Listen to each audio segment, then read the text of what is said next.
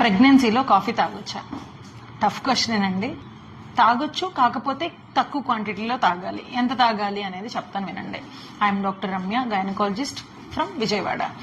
Suppose ఒక చిన్న Bru packet తీసుకున్నామండి, ఇన్స్టెంట్ కాఫీ. అది దాంట్లో 3.3 grams పౌడర్ ఉంటుంది. దాంట్లో మనకి అరౌండ్ 100 mg ఆఫ్ కెఫిన్ ఉంటుంది.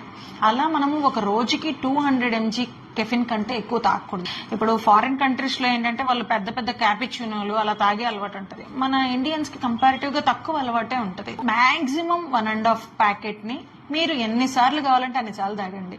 అంతేగాని మేడం ఇంత కప్పు తాగాల ఇంత కప్పు తాగాల అంటే చెప్పడం అనేది అది కష్టం. ఇప్పుడు మీకు ఎక్కువగా తాగే అలవాటు ఉందనుకోండి సపోజ్, అప్పుడు తక్కువ పౌడర్ వేసుకొని ఎక్కువ పాలు తాగండి. అసలు కాఫీ పౌడర్ ఎక్కువ తాగడం వల్ల నష్టం ఏంటి అంటే, కాఫీ అనేది ఎక్కువగా ఎప్పుడైతే మనకు ఆ 200 mg per day క్వాంటిటీ దాటి తాగుతామో అప్పుడు అబార్షన్ ఛాన్సెస్, ఆ తర్వాత రికరెంట్ గా ఎక్కువ సార్లు ప్రెగ్నెన్సీ లాస్ అవ్వడము, ప్లస్ బేబీ గ్రోత్ అనేది తక్కువ అవడము, ఇలాంటివన్నీ కాంప్లికేషన్స్ ఉంటాయి.